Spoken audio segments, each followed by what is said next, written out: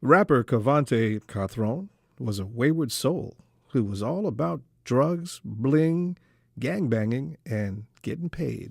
But now he raps under the name Yah-Key, which translates into God is the Key.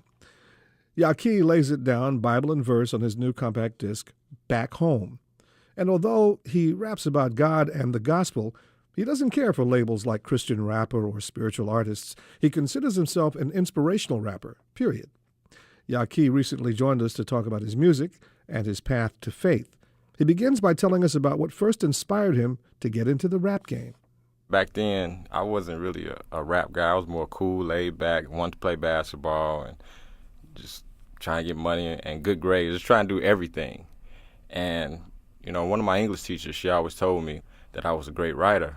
And she would read some of the poetry and things that I wrote. And she started wanting to put me in honors English class and things of that nature. And so I said, hey, if this teacher is telling me this, and she really cared about me. And that's when I started realizing that I had a great talent to write. And when I started writing raps, it was only because the people around me, I was under the influence. Everybody was rapping. So I was like, well, let me try this little rap thing, see if I can put something together that rhyme and make it sound sweet. Yah-Key. So respect it, don't check it, the witness, he's for the unexpected. Come through wrecking your section, apparently I'm disrespecting. Choppers, texting, missiles, eradicate body tissue. It's people that care for you, my two pistols, they gon' miss you. It worked for me at that time, but that wasn't what made me decide to actually pursue a career in the music industry. What was it that made you decide to pursue It was actually years later. My next door neighbor, his name was Ron Simpson. I got to give him credit for this because he was an aspiring producer and he had all the equipment in his home. I never knew anything about music at all. And he would see me come in and he was like, hey, do you rap? And I was like, a little something, not really, but just a little something. He was like, you really got that look. He was like, you got that feel. He was like, I believe you can. Why don't you come to the house? I got a studio, I got everything. Did he know about your writing? No. Okay. He didn't know about my writing. No, he just said I had that look. So I would always put him off. And then it wasn't until about 1999, I was in college, and then one day he had just popped out, the driveway again and asked me. He was like, man, I've been asking you to come down and record something. He was like, you told me you got a little something, so I want to hear what you got. So I went down to the studio, and he showed me the microphone, showed me the equipment, showed me how to make the beats, and he was like, all right, start rapping your verse. So I started rapping the verse, and he started creating the beat around it. And I just kind of fell in love there with the whole aspect of creating music. So once I finished recording that first verse, he said, where's your hook? I was like, hook? What you mean? What is that? He was like, the chorus, the repetitive part that usually comes in. I was like, I don't have all that. So what are you talking about? Right. And he was like, well, all right, well, what about the next verse? I didn't have that neither. He was like, well, I thought you said you rap. I said, I did a little something. I didn't say I had, all these songs. And so I went home that night, and I just started writing. And everything I wrote, it was like right on key. Like the bars, it was 16 bars. I still didn't know how to count them. The chorus was exactly 8 bars. And the whole song was perfect as far as the structure of it. And I didn't even know how I wrote it. What was the first rap? Do you remember that? I only remember certain parts. Well, give me the parts. It was really weak to me personally, as I think about it. But I can't remember the full structure of it. I only remember like maybe a couple bars of it. Do you remember anything from the early times? Yeah. Give me one of those. just a verse. X-rated. Or not? How X-rated is it? Nah, it's just vulgar language. Cuss words, couple things like that. Is how it was. All right, you ready? All right, here we go. What you know about them dirty South boys connecting with the kinfolk? I'm up north. You ain't heard it like this. You ain't heard it like that before. I keep it trill, nigga, off the poach. Ayy, coming through the hood, put you in the mood. 26-inch in shoes. And I don't think you really want it with me, because I give a player that blues. And you can catch me in the hood on 100 and Knife and Church Street with my kinfolk in them. Hat cocked to the side, lean to the left or right, tilt that brim.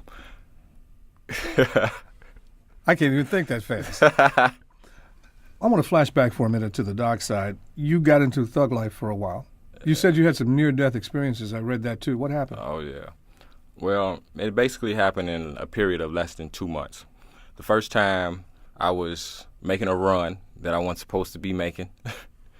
And basically, during this run, I had some things with me that I shouldn't have had. And I got robbed at gunpoint. I was trying to make some money on the way. to make some more money. And so I got greedy, and I made a stop that I shouldn't have made, and I got robbed at gunpoint. It was me and he was my god brother. He was with me, and they came up to the car, and I was getting ready to make a transaction, and that's when they pulled out the guns. Yeah, we submitted to the street. Now it's time to submit to something else that's more higher than we are, that's way more than we can ever be.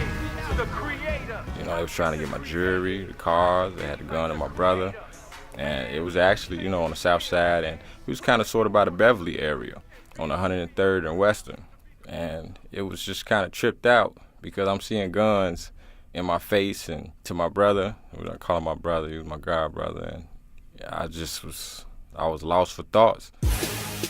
You know what time it is. KaVonte Yah-Key, you know what I'm talking about? General, you dig?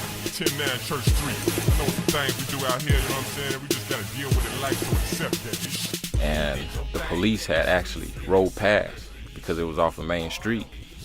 And so when we seen that, we was like, yo, we start creating commotion. Like, yo, these dudes over here trying to rob us. And, that's when they was like, yo, get out the car. They just took everything, and they just threw us out the car. There wasn't no shots or nothing like that. So we both came away safe, but they took the car, took everything I had in it.